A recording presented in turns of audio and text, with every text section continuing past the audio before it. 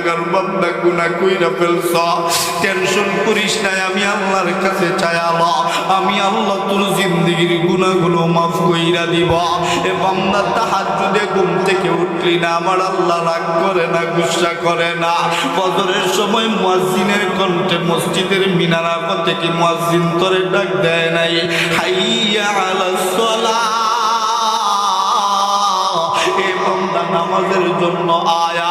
আবারও মুয়াজ্জিন তোরে ডাকছে, হাইয়া আলাল ফালাহ, এ বান্দা কল্যাণের জন্য আয়া।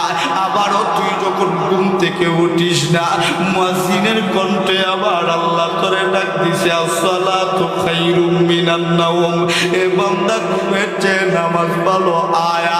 ওই সময়ও তুই বান্দা ঘুম থেকে উঠলি না, 10টা 11টা পর্যন্ত তুই বান্দাটা ঘুমাইলি। আমরা আল্লাহকে বলছিলাম, আল্লাহ আপনার বান্দা ঘুমাইছে 10টা 11টা পর্যন্ত, আপনার বান্দার গুনাহগুলো লিখে ফেলবো নাকি?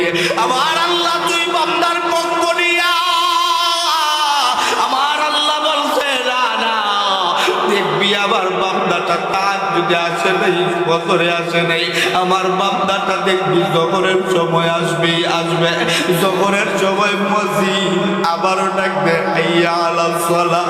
কেমন নাফরমান বান্দা আমরা, আমার আল্লাহ ডাকে, এরপরেও আবার মালিকের ডাকে জবাব দিলাম না। জোহরের সময় যখন বান্দাটা যায় না, ফেরেশতারা আল্লাহর কাছে বিচার দেয়, আপনার কোন বান্দারে আপনি এমন করে ডাকে? আপনার বান্দা তো ফজরেও আসলো না, জোহরেও আসলো না। আল্লাহ ডাক দিয়া কয়, আবার বান্দার ভালো লাগে নাই, মনটা ভালো না, শরীরটা ভালো না, দেখবি আসরের সময় আসবে, আসরের সময়ও বান্দাটা যায় না। আল্লাহ ডাক দিয়া বলে, মাগরিবের সময় আসবে, মাগরিবের সময়ও যখন বান্দাটা যায় না, আবার আল্লাহ কেবল আল্লাহ, আবার আল্লাহ ডাক দিয়া কয়, দেখবি এসার সময় আসবে, এসার সময় আবার আল্লাহ আবার ডাক দেয়, হাইয়া আলাস সালাহ। বান্দারে, তোর পক্ষে সারাটা দিন যাবৎ কথা বলতেছি, এখন না আসলে আমি আল্লাহ আবার ফেরেশতাদের কাছে লজ্জিত হয়ে যাব। এ বান্দা ঘুমাস না, নামাজ না পইরা ঘুমাস না।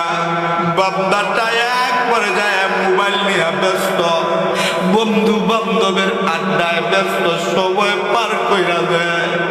বান্দাটা একবার যায় ঘুমের বিছানায় চইলা যায়, ঘুমের বিছানাতে যাইয়াও হাতের মধ্যে মোবাইল চাপতে চাপতে বান্দার চোখে হঠাৎ করে ঘুম চলে আসে।